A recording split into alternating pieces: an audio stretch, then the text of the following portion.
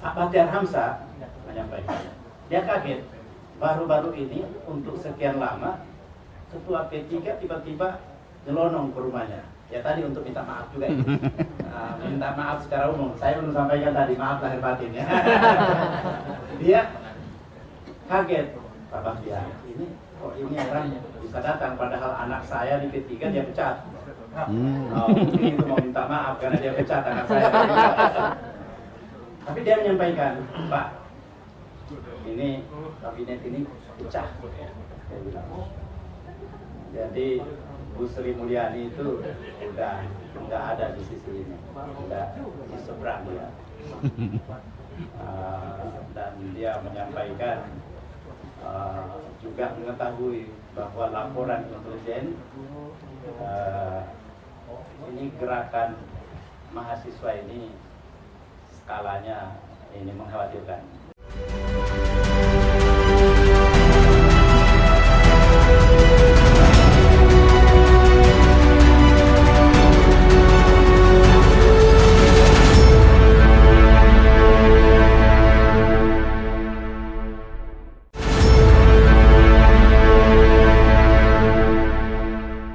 Assalamualaikum warahmatullahi wabarakatuh. Apa kabar? Kembali berjumpa dengan saya Ersmono Arif dari Forum News Network. Setelah 2 tahun lebih kita dihantam pandemi dan tidak bisa bertatap muka dengan lebih leluasa, termasuk juga dalam acara halal bihalal yang jadi tradisi bangsa kita. Akhirnya pada tahun ini kru Forum News Network bisa melaksanakan halal bihalal secara offline ya. Kalau biasanya kan kita bertemu secara online saja, dan kali ini selain kru FNN kita juga mengundang sejumlah tokoh, sejumlah pengamat yang banyak berseliweran di media, terutama di televisi ya. Dan seperti biasa karena namanya juga ini halal bihalalnya media, maka dalam halal bihalal itu kami sempat juga mengambil rekaman dari sebuah dialog yang kita laksanakan. Ada 4 orang tokoh yang kita wawancarai. Ada Bung Rocky Gerung tentu saja sebagai Dewan Pakar dari Forum News Network. Kemudian ada anggota DPRD RI Bung Tamsil Lindrung, ini senator dari Sulawesi Selatan. Ada pakar hukum tata negara Bivitri Susanti, dan juga lembaga survei dan sekaligus pengamat politik Kedai Kopi Bung Henry Satrio. Di luar itu kan Anda juga kemarin sudah sempat menyaksikan ya tayangan saya wawancara dengan Ketua DPW PSI Jakarta Michael Victor Sianipar. Nah, sekarang giliran saya akan tampilkan kali ini perbincangan antara 4 orang narasumber, yakni Rocky Gerung, Bivitri Susanti, Tamsil Lindrung, dan Henry Satrio. Dan yang Anda saksikan berikut ini adalah tayangan ketika Senator DPD RI dari Sulawesi Selatan, Tamsil Lindrung, menyampaikan berbagai informasi yang sangat menarik ya, dan kemudian bagaimana analisis dari Bung Rocky Gerung. Selamat mengikuti. Betul sekali bahwa ini ada banyak kekacauan yang terjadi, bahkan kita dipertontonkan ketidakwarasan. Ada orang yang mencalonkan diri jadi presiden, tetapi pada saat yang bersamaan balihonya terpasang di mana-mana, bannernya terpasang di mana-mana, tetapi kemudian dia mendukung perpanjangan 3 periode. Nah, ini kan sesuatu yang tidak waras ini. Jadi ini di mana ini selama ini Bung Rocky yang mengajarin kita dengan akal sehat ini kok jadi tidak sehat kelihatan ini. Kemudian kita mau pemilu 2024, ada 9 partai, tetapi kita punya presidensial threshold 20%. Sementara 7 partai sudah berada di satu kubu yang itu 82%. Berarti sisanya 18%, berarti ini tidak memungkinkan kan untuk mencalonkan ini. Ini lagi satu bentuk ketidakwarasan. Kemudian DPD melakukan judicial review yang diawali dengan anggota-anggotanya sekarang secara kelembagaan maju dan akan bersama dengan Partai Bulan Bintang. Lawyernya langsung dengan Pak Yusril dan beberapa teman yang lainnya. semua yang mengajukan judicial review perorangan itu sudah ditolak dan dinyatakan ya tidak bisa diteruskan karena legal standingnya itu. Ya. Nah, ini lagi satu bentuk ketidakwarasan yang di mana MK yang kita harapkan sebagai penjaga konstitusi ini faktanya tidak demikian, malah dia melakukan kudeta konstitusi.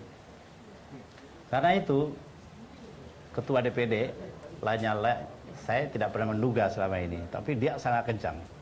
Kemarin dia meminta saya ini untuk mewakili dalam beberapa pertemuan, dan pada tanggal 16 besok saya juga mewakili karena dia berangkat umroh, meminta berbicara di sidang paripurna bahwa kita telah menerima banyak aspirasi, dan kalau tetap dipertahankan pemilu 2024 dengan presidensial threshold 20%, maka kami tidak ada di dalam posisi untuk menghalang-halangi masyarakat kalau mau melakukan people power untuk menolak ini.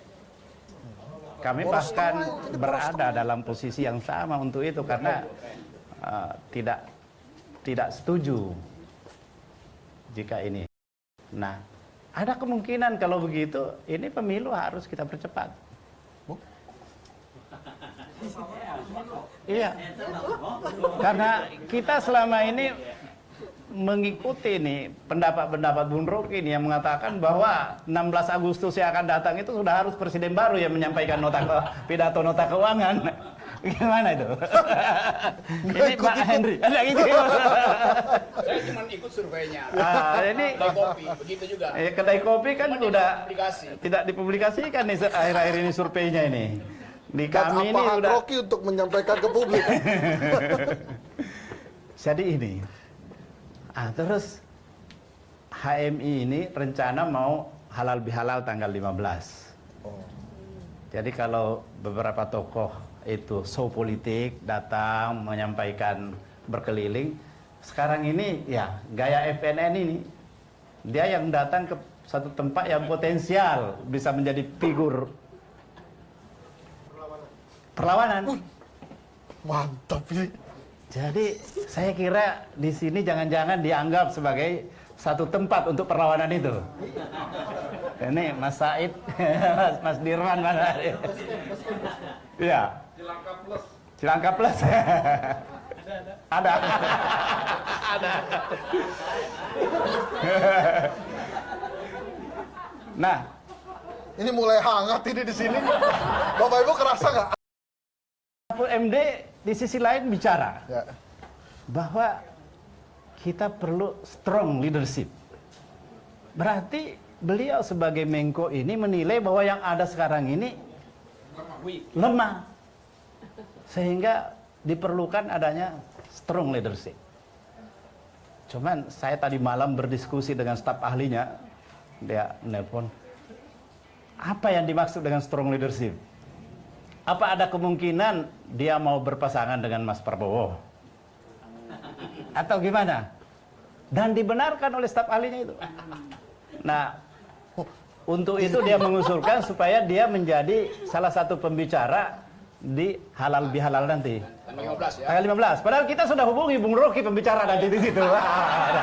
Nah, jadi karena itu tadi Mas Dirman juga saya tawarkan jadi pembicara juga di situ sama Mas Anies dan Bang Rizal Ramli dan ini Gatot Nurmantio, Bipitri udah pasti udah hasil surveinya Mas Hensap oke. Oke, Pak. Kedai kopi siap itu. Udah. Nah, Pak Bahtiar Hamzah menyampaikan, dia kaget baru-baru ini untuk sekian lama Ketua P3 tiba-tiba nyelonong ke rumahnya. Ya tadi untuk minta maaf juga itu. Minta maaf secara umum. Saya belum sampaikan tadi, maaf lahir batin ya. Dia kaget, Pak Bahtiar, ini kok ini orang bisa datang padahal anak saya di P3 dia pecat. Mungkin itu mau minta maaf karena dia pecat anak saya, dia bilang. Tapi dia menyampaikan, Pak, ini kabinet ini pecah, dia bilang. Jadi Bu Sri Mulyani itu udah nggak ada di sisi ini, udah di seberang dia. Dan dia menyampaikan juga mengetahui bahwa laporan intelijen ini gerakan mahasiswa ini skalanya ini mengkhawatirkan, dia bilang. Jadi kita di kabinet udah disampaikan ini. Jadi cuman kalau utang negara saya bisa menjelaskan bahwa itu tidak ada masalah, itu bisa diselesaikan. Nah, akhirnya Pak Batiar bilang, saya nggak mau berdiskusi dengan Anda, tetapi begini, kalau Anda punya pendapat seperti itu, saya bisa pertemukan dengan yang berpendapat yang lain. Kita bikinkan forum. Oh siap, tapi jangan yang kayak Ihsanuddin Nursi. Dia bilang, kenapa Ihsanuddin Nursi? Ya udah nanti ribut aja kalau dia itu. Lah Ihsanuddin itu kan cuma menyampaikan data, bantah aja data-data yang disampaikan. Pokoknya jangan yang kayak gitu. Kalau begitu Anda mau berdebat dengan yang Anda tentukan siapa orangnya juga. Wah kalau itu nggak bisa. Jadi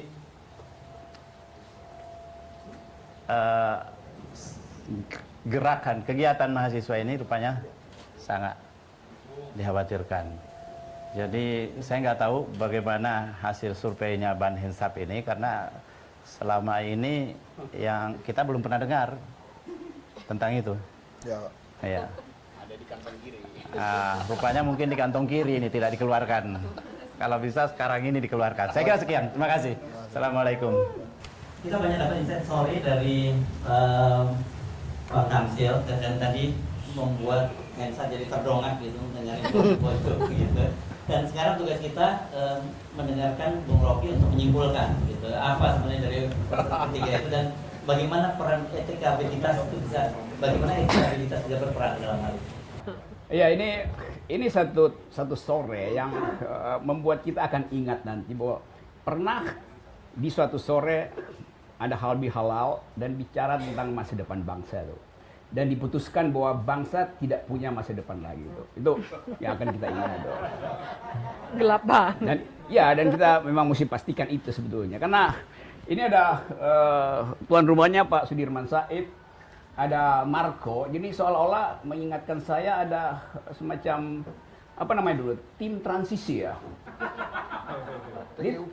Iya, transisi dari Merdeka Utara ke Merdeka Selatan nih. Orang udah berpikir begitu sebetulnya. Orang nggak berpikir lagi 2024 jalan nggak nih, nggak ada pikiran itu tuh. Kalau semua variabel political economy ditaruh di atas meja, betul yang akan terjadi adalah krisis di dalam istana sendiri. Kita sering katakan saling amputasi di dalam kabinet sendiri. Itu udah terjadi itu. Dan DPD satu-satunya yang sekarang lembaga demokrasi yang dipercaya rakyat. DPD itu singkatan dari Dewan Perlawanan Rakyat, Dewan Perlawanan Daerah. Dan saya tahu bahwa di daerah itu gerakan mahasiswa nggak akan berhenti. Jadi memang ada kepungan, betul, dan ya itu di daerah itu gerakan mahasiswa dan gerakan buruh itu hampir tiap hari itu sebetulnya demo, tapi nggak mau dimuat oleh pers kan itu. Karena itu nggak bisa dipantau oleh kedai kopi itu, dan tapi laporannya pasti masuk ke dia tuh. Jadi kita ada di situ dalam suatu suasana orang berharap transisi ini dipercepat itu. Nah ini yang nggak bisa dibaca dengan baik oleh kekuasaan. Jadi anggap aja bahwa ini adalah situasi yang sering saya sebut the beginning of the end itu. Mulainya sesuatu yang akan segera berakhir itu intinya tuh. Nah ini kita tadi pindah dari daerah yang terbuka tadi ke daerah juga yang sebetulnya terbuka. Jadi kita hanya mengubah lokasi, bukan mengubah pikiran. Pikiran kita tetap yaitu NK. Karena ini bukan upaya untuk melanggar konstitusi, tapi memperhatikan keadaan dan analisis kita mengarah pada tesis itu. Akan terjadi NK. Jadi percuma kita bicara soal 2024.